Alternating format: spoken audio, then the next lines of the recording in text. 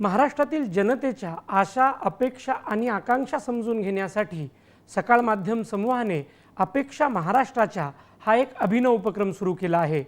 प्रत्येक क्षेत्रातील समस्या आणि त्यांची उत्तरं शोधण्याचा हा उपक्रम आहे। याच उपक्रमाअंतर्गत आज आपण चर्चा करणार आहोत महाराष्ट्रातील जलसंपदा आणि पाणीविषयक प्रश्न आणि त्यांच्या उत्तरांविषयी।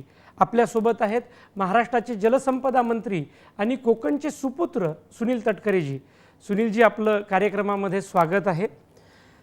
सुनीलजी, महाराष्ट्राला 52 वर्ष झाली। 52 वर्षामध्ये महाराष्ट्राच्या जलसंपदा आणि पाणी विषयाची योग्य वाटचाल झाली आहे का, याबद्दल आपलं काय मत आहे?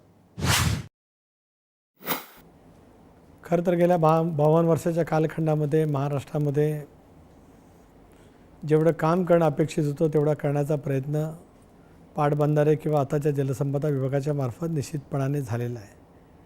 आपल्या महाराष्ट्रामध्ये 5 भौगोलिक भाग आहेत। त्याच्यामध्ये कृष्णा खोरेसारखा एक मोठा भाग आहे।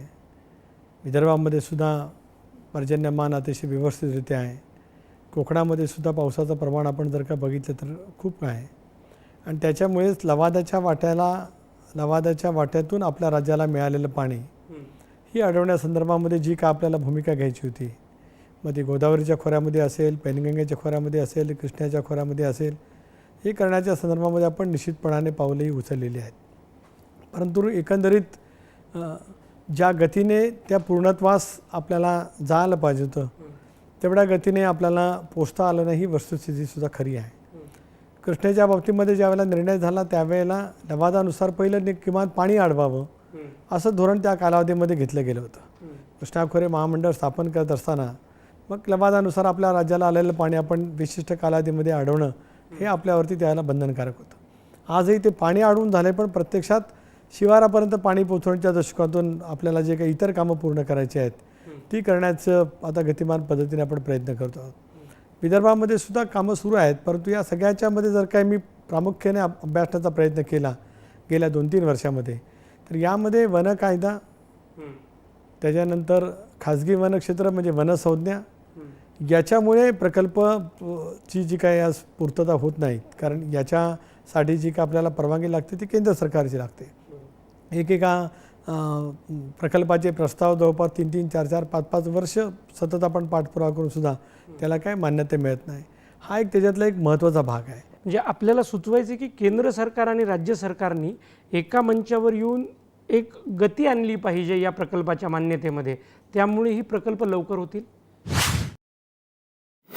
नक्की आहे, कारण एक तर फॉरेस्ट कन्झर्वेशन ॲक्ट जो आहे तो या देशाच्या एकंदरीत नैसर्गिक साधन संपत्तीच्या दृष्टिकोनातून अत्यंत योग्य आहेच, त्यात दुमत नाही। कारण आपण वनाचं संरक्षण केलं नाही तर मग निसर्गाचा समतोल बदलून आज ग्लोबल वॉर्मिंगचे परिणाम नेमके काय होत आहेत त्याचे दुष्परिणाम आपण बघतो आहोत।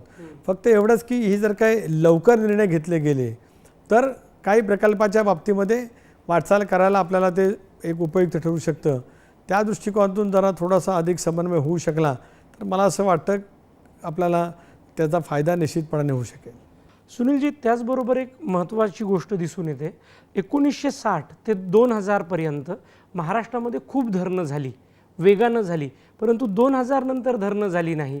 त्यामध्ये स्थानिक लोकांचा फार मोठा विरोध दिसून येतो, तर कधी जे निर्धारित बजेट असतं ते वाढतं। याची प्रमुख कारणं काय आहेत? एक तर मी सांगितल्याप्रमाणे 2000 नंतरच्या कालावधीमध्ये सुद्धा आपण खूप धरणं तशी केली। सिंचनाचं क्षेत्र आपण नक्कीच खूप मोठ्या प्रमाणावरती वाढवलं आहे। नुसतं सिंचनाचं वाढवलं नाही, सिंचनाचं क्षेत्र म्हणजे जलाशयामध्ये साठा झाला की त्याच्यात किती सिंचन निर्माण होऊ शकतं म्हणून सिंचनाचं क्षेत्र, पण सिंचित क्षेत्र म्हणजे निर्माण झालेलं सिंचन प्रत्यक्षात शेतकऱ्यापर्यंत जाऊन त्याच्या माध्यमातून सिंचित क्षेत्र किती झालं आहे तर त्याचंही प्रमाण 70-72% पेक्षा पुढं आहे। गेल्या 10-12 वर्षामध्ये सुद्धा लक्षणीय कामगिरी आपण केली, परंतु प्रकल्प मी मगाशी सांगितल्याप्रमाणे रेंगाळलेत। त्याच्यामध्ये भूसंपादन, पुनर्वसन याचाही अडचण आहेच। प्रकल्पाच्या किमती वाढण्याचं महत्त्वाचं कारण व्याप्तीतला बदल।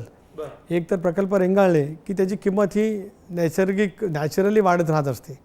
15-20 वर्ष प्रकल्प रेंगाळल्याच्या नंतर 15-20 वर्षात कॉस्ट एक्सेलेशन हे काय केवळ जलसंपदा विभागात नाही, जी विभागं पायाभूत सुविधाची कामं करतात, मग ते आपल्या राज्य सरकारचे असतील, शेजारच्या सरकारचे असतील, भारत सरकारचे असतील, त्या प्रत्येक प्रकल्पाच्या किमतीत प्राईस इस्कलेक्शन हे मोठ्या प्रमाणावरती झालं याच्यात वादच नाही. यामध्ये आणखीन एक फरक आहे की काही स्कोपमध्ये बदल झाला. म्हणजे एखाद्या धरणाचं पूर्वी ज्यावेळेला नियोजन केलं त्यावेळेला किती पाणी साठा होईल, किती कालवे होतील असं एक नियोजन केलं गेलं. पण नंतरच्या कालावधीमध्ये असं लक्षात आलं, तांत्रिकदृष्ट्या लक्षात आलं, लोकप्रतिनिधींचा आग्रह झाला की नाही, याच साईटमध्ये अधिक पाणी वाढू शकतं, त्यामुळे उंची वाढवा. याच त्याच्यामध्ये अधिक कालवे केले, डावा कालवा अधिक लांबीचा केला, उजवा कालवा अधिक लांबीचा केला, तर त्याच्यातून क्षेत्र वाढू शकते. अशा पद्धतीच्या स्कोप बदलाच्यामुळे किमतीमध्ये वाढ झाली, ही वस्तुस्थिती खरी आहे. श्वेतपत्रिकेच्या माध्यमातून आपण रेंगाळलेल्या प्रकल्पाची नेमकी वस्तुस्थिती एक तऱ्हेचं डॉक्युमेंटच महाराष्ट्राच्या 12 कोटी जनतेला उपलब्ध करून दिलं आहे. पण तरीसुद्धा परिणामकारकरित्या काम करणं, दरवर्षी शाश्वत पद्धतीने 1.5 ते 2 लाख हेक्टर सिंचन क्षमता निर्माण करणं हे उद्दिष्ट ठेवून मी आणि माझा विभाग काम करण्याचा प्रयत्न करतो आहे. सुनीलजी, त्याचबरोबर केंद्रीय वॉटर कमिशननी महाराष्ट्राला जेवढं पाणी अलॉट केलेलं आहे तेवढं आपण रोखू शकलो आहोत का मागच्या काही वर्षात? एक नक्की आहे की कृष्णा खोऱ्यामध्ये आपण रोखलं आहे. गोदावरी एकतर खरं तुटीचं खोरं आहे, पण नांदेडमधला सुद्धा आपला जो प्रकल्प आहे की ज्या प्रकल्पाच्या वरना इथे वाद झाला, बाबळी प्रकल्पावरनं, या वर्षात आपण 28 ऑक्टोबरला आपल्याला गेट टाकायला सर्वोच्च न्यायालयाने परवानगी दिली. त्यामुळे आपण तेही अडवणार आहोत. आपण थोडेफार कमी आहोत ते विदर्भामध्ये. ही वस्तुस्थिती आहे. गोसीखुर्द हा जो काय राष्ट्रीय प्रकल्प आहे, या गोसीखुर्द राष्ट्रीय प्रकल्पामधून खूप मोठ्या प्रमाणावरती पाण्याचा साठा आपण करणार आहोत. खरं तर धरण बांधून पूर्ण झालं आहे. इतरही कामं बहुतांशी 70-75% आसपास पूर्णत्वाच आहेत. परंतु पुनर्वसन जोपर्यंत गावं उठत नाहीत तोपर्यंत पाणी आपण अडवू शकत नाही. गेले काही वर्ष पाणी आठवण्याची क्षमता निर्माण होऊनही केवळ पुनर्वसन न झाल्यामुळे 32 TMC पाणी आपण गेले 2 वर्ष सोडतो आहोत. म्हणून यावर्षी आपण 1200 कोटी रुपयाचं अतिरिक्त पॅकेज दिलं आहे.